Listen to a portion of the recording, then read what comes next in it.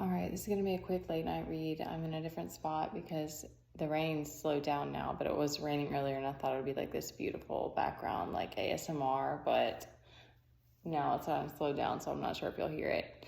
And it's late, so I don't have a lot of lights on. All right, I'm going to give a quick energy read. Okay, so this is what I'm getting, is that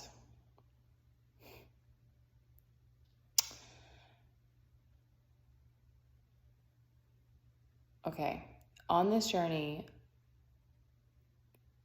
all right, let me back up.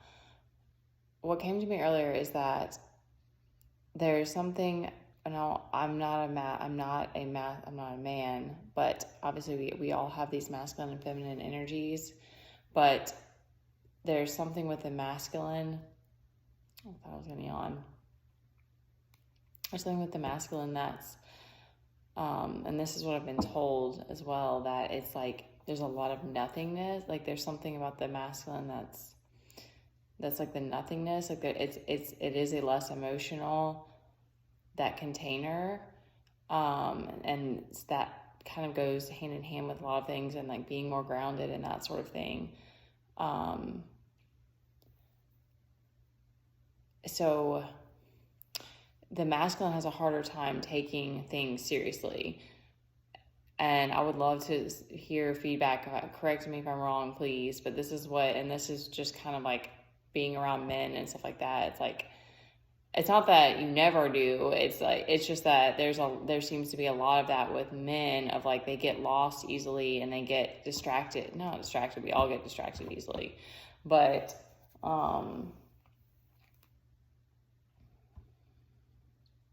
it's harder for a man to stay focused on his mission. It takes a lot of time devoting to being disciplined and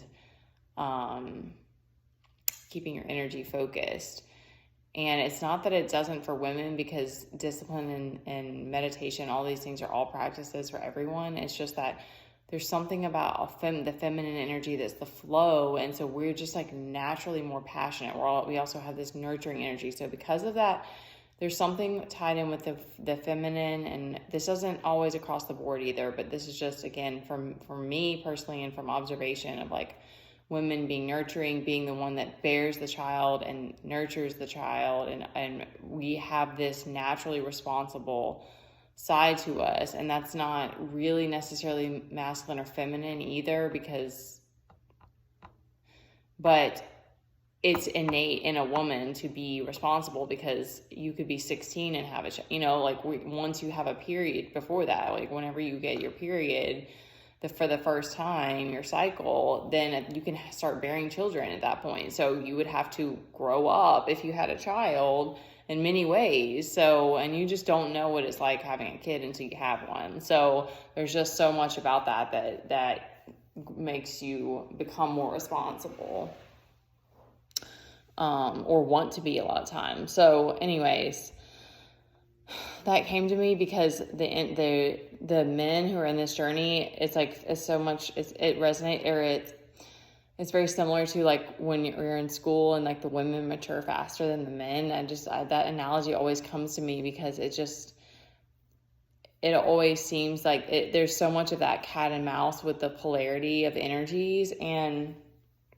men don't have the same intuitive hits and insights and knowing that women do. Men have intuition, have knowing, but it's different. And I wish I had more understanding of what that's like for men, but because men seem to be more blindsided by things that to me are like, how did you not see how that how that happens? But anywho, a lot of stuff is just learning from experience for all of us. So I don't want to get too carried away, but that's what kind of pairs with the energies that are coming through, is that for a lot of the masculines, they awaken later on this journey. And so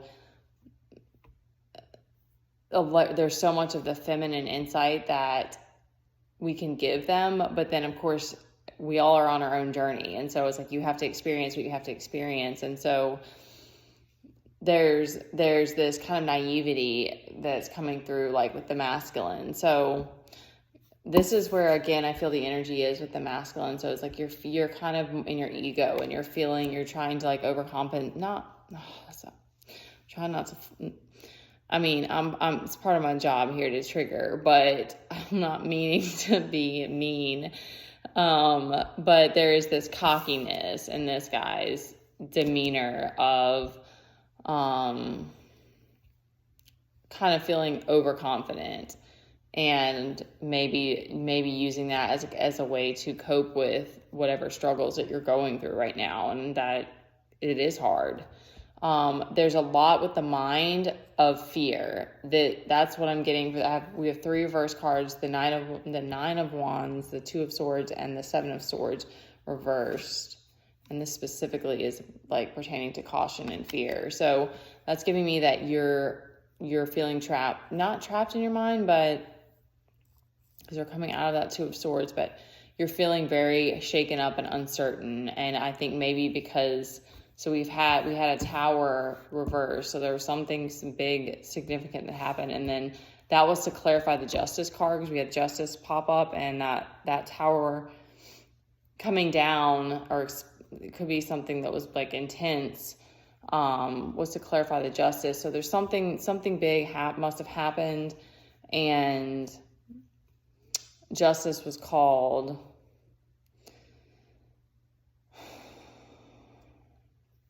To bring balance again. So that's why I'm feeling this sort of naivety. Interestingly, we also have the Chariot out here, which is giving me like, stand in your power, and like remember that you're the one in the driver's seat. Like, almost just kind of to like shake you up a little bit. Not shake you up, but like, just as like a firm reminder of like, you're the one that's driving this ship, regardless of like what else is going on, or regardless of if you feel, 11 of cups. If you're a divine masculine, you're a king, and so you want to keep pushing yourself to hold that vibration. And that's why this journey is so hard, because and the feminine goes through, I mean, it just feels like, so there's times that you go through, especially now, because for whatever reason, the spiritual warfare, the energies, the emotions are very thick at this time of the year. So the feminines go through all kinds of stuff that when we come on here as the Magician, usually, but it is very chaotic, and it is very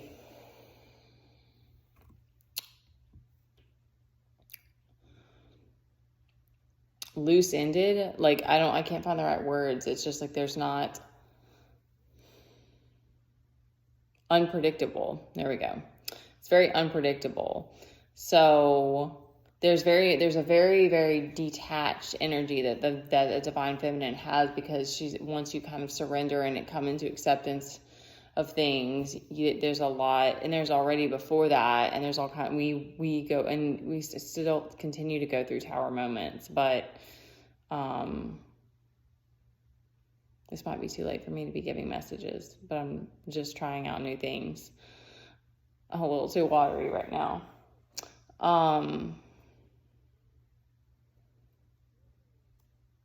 However, I will add this, though, that it's like, there's so much about going through these things that there's so much you can just learn from observing, or when it comes to discernment, but there's a lot, at least for me, is in my own life, of that it has been from falling on my face, or from picking the wrong people and giving my power away. Like, giving your power away and then finding out people backstabbing you or trying to take things from you or whatever. Like, that's the strongest teacher you're going to have, because it's such a painful thing when you have to try to take it back, or you have to walk away from people in those instances. Like, those betrayals and backstabs are just, it's painful to go through. So,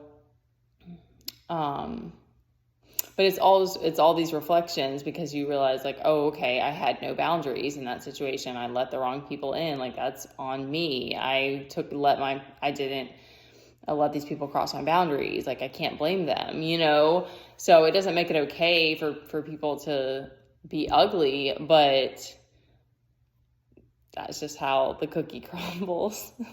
I stole that from a Jim Carrey movie. Okay.